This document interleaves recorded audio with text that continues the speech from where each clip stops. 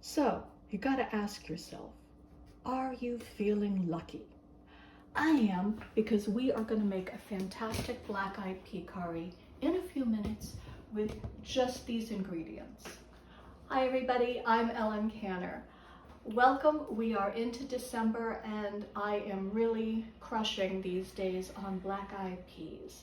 So I'm going to show you how to make a very easy curry, and then I'm going to talk about black-eyed peas because I love them. We're going to start easy. This whole thing can be done with pantry-friendly ingredients and stuff you probably already have at home. Starting with a tablespoon of coconut oil. I use organic from Native Forest, and I am gonna heat up 1 diced onion, and I'm gonna let that soften a little bit. Although I am using some spices in here, you can totally do this with a tablespoon of curry powder. I just like using mustard seeds whole because they add big flavor, but also because they pop in the pan and that's kind of fun.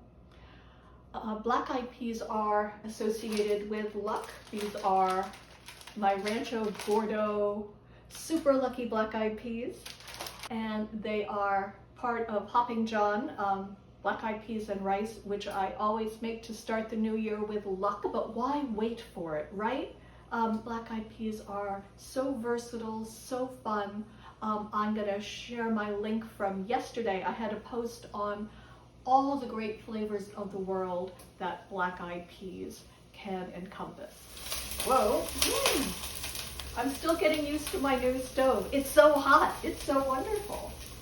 The one fresh ingredient I was not planning to use, but I got from my CSA is a hot pepper. I'm just adding a little, but if you want to add a pinch of chili flakes, that'll work too.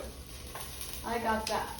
I got 2 cloves of garlic, and I've got a teaspoon each of mustard seeds and cumin seeds. Gonna turn down the heat a little and let these guys pop. The other ingredients: can of tomatoes, cup of coconut milk, and 2 cups black-eyed peas.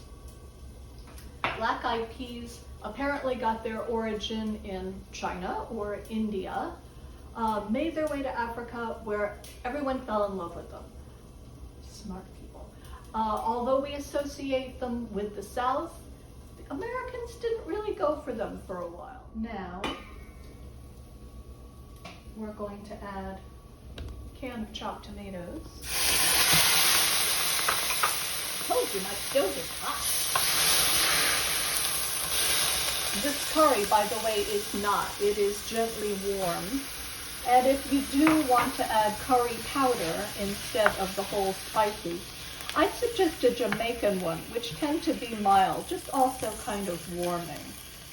And the almost last thing we add is a cup of coconut milk, full fat. It's the holiday, people. You want to have a little fun. And you just kind of let that cook down for a minute or 2. I like to add some sea salt.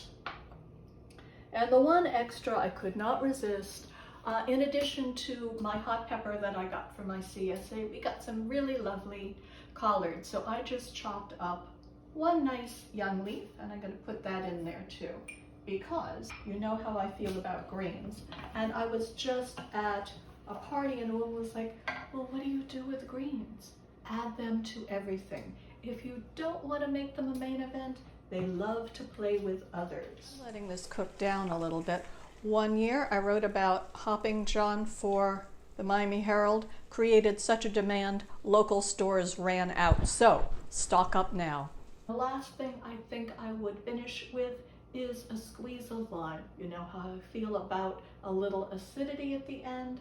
It blends wonderfully with umami from the tomatoes and the earthiness from the black-eyed peas and the richness from the coconut milk, and this took no time at all.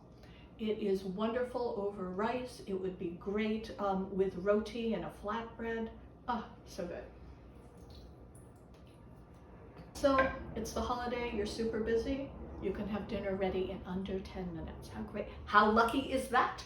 So till next time, everyone, this is Ellen Canner. Thanks, bye-bye.